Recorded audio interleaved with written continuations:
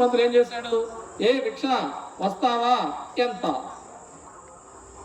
చూసారా? సో అలా క్లిష్టమై ఉన్నటువంటి భాషని సరళతరంగా వ్యవహారికబద్ధంగా తయారు చేసినటువంటి మహోన్నతమైన వ్యక్తి ఎవరు? గిడుగు రామ్మూర్తి పంతులు. వెయ్యం దేవస్య అయ్యిందా అండ్ వెయ్యం దేవస్య అయ్యిందా. వెయ్యం దేవస్య అంటే ఏంటి? పెళ్ళయిందనా?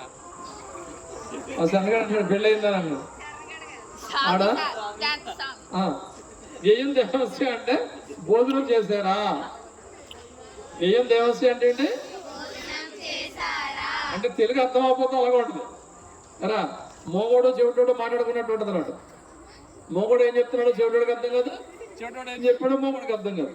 సో తెలుగులో కూడా గ్రాంధిక భాష అర్థం కాకపోతే ఇలాగే ఉంటుంది. సో అప్పట్లో కేవలం పండితులు మాత్రమే అర్థానికి అవగాహనకి దగ్గరగా ఉండేవారు.